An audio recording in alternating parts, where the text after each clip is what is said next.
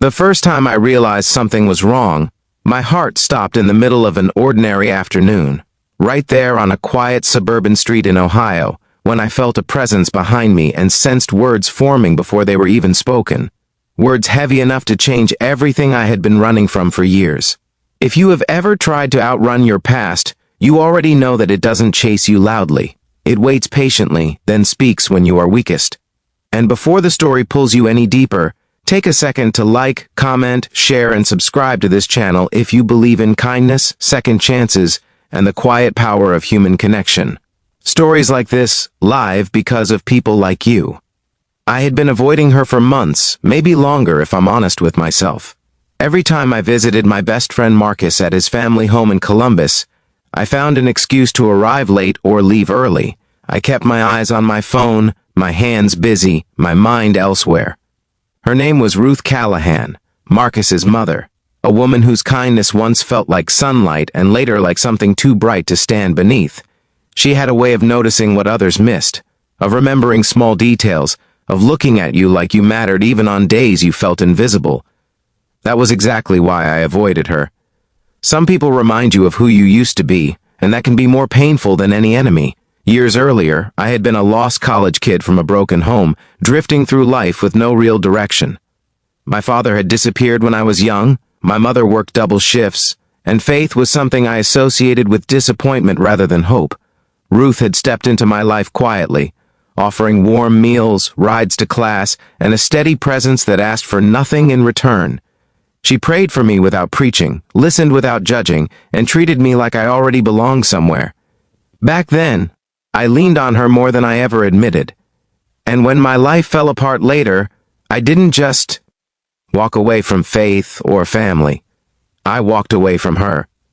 The trouble started after I made a choice that cost me everything I thought I wanted. I took a job offer in another state that seemed like success on paper but hollowed me out inside. I stopped attending church, stopped returning calls, stopped being the person Ruth believed I could become. When the job ended badly and I came back home defeated, shame wrapped itself around me like a second skin.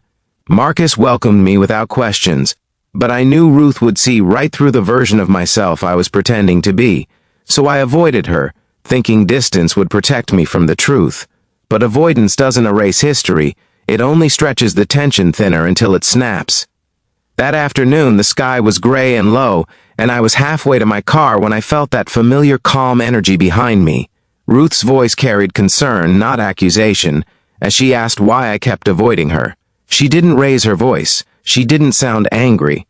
That made it worse. I froze because in that moment, I realized I wasn't afraid of her disappointment. I was afraid she still cared. I mumbled something about being busy, about work and stress and life. The words sounded empty even to me. Ruth didn't interrupt. She didn't rush. She simply waited, the way people do when they're prepared to hear the truth, not the excuse. And standing there, I felt something crack inside my chest. All the guilt I had buried began to rise. I had ghosted someone who had treated me like family. I had mistaken shame for independence. I had confused running away with moving on. The days that followed were heavy. I couldn't sleep. Memories kept replaying in my mind. Ruth sitting at the kitchen table reading her Bible early in the morning. Ruth clapping the loudest at my college graduation. Ruth telling me that God wasn't finished with my story even when I was sure he was. I realized my biggest challenge wasn't failure. It was believing I was still worthy of grace. After failing. Avoiding her had been easier than admitting I was scared she would see the broken version of me and confirm what I already feared. Eventually, Marcus noticed the change in me. He didn't push, but he encouraged me to stop hiding. He reminded me that his mother had spent her life believing in people when they couldn't believe in themselves.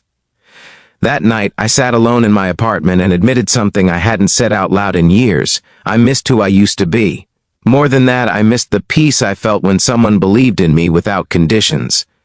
The next Sunday, I found myself driving to the old church on the edge of town, the one Ruth attended every week without fail. My hands shook on the steering wheel. I almost turned around twice. Walking inside felt like stepping into a memory I didn't deserve anymore. The familiar smell of polished wood and old hymn books wrapped around me, and for a moment, I felt 12 years old again, uncertain but hopeful. I sat in the back, hoping to go unnoticed, Of course, Ruth noticed anyway. She didn't rush toward me. She didn't make a scene. She simply smiled, the kind of smile that carries forgiveness before an apology is ever spoken. That was the moment everything began to change. Not instantly, not magically, but genuinely. After the service, we sat together in a quiet corner of the fellowship hall. There were no dramatic speeches, no lectures, just honesty. I admitted my fear, my shame, my confusion. Ruth listened like she always had, with patience and empathy, reminding me through her presence that love doesn't disappear just because you stumble. Healing didn't happen in a single day. It came slowly, through small steps. I started helping Marcus with his community outreach work. I found a new job that paid less but felt right. I began attending church regularly, not out of obligation but out of a longing to reconnect with something deeper. Ruth became a steady figure in my life again, not as someone I leaned on to fix me, but as someone who walked beside me while I learned to stand on my own. The biggest change was internal.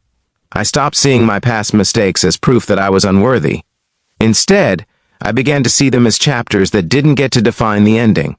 Ruth never once reminded me of who I had been at my worst. She only reflected who I was becoming. Through her, I learned that grace isn't about pretending the hurt never happened. It's about choosing love anyway. As this story comes closer to its end, if these moments resonate with you, if you've ever avoided someone because they reminded you of a version of yourself you're not proud of, take a moment to engage with this video. Like it, share it, and subscribe if stories of redemption and quiet faith touch your heart. And right before we close, here's a special request. Please comment below and share whether there's someone in your life you've been avoiding but secretly hope to reconnect with. Today, when I walk past that same house in Columbus, I no longer feel the urge to escape. I feel gratitude. Ruth Callahan taught me that love doesn't demand perfection, only honesty. And sometimes, the question you're running from isn't meant to accuse you, it's meant to invite you home.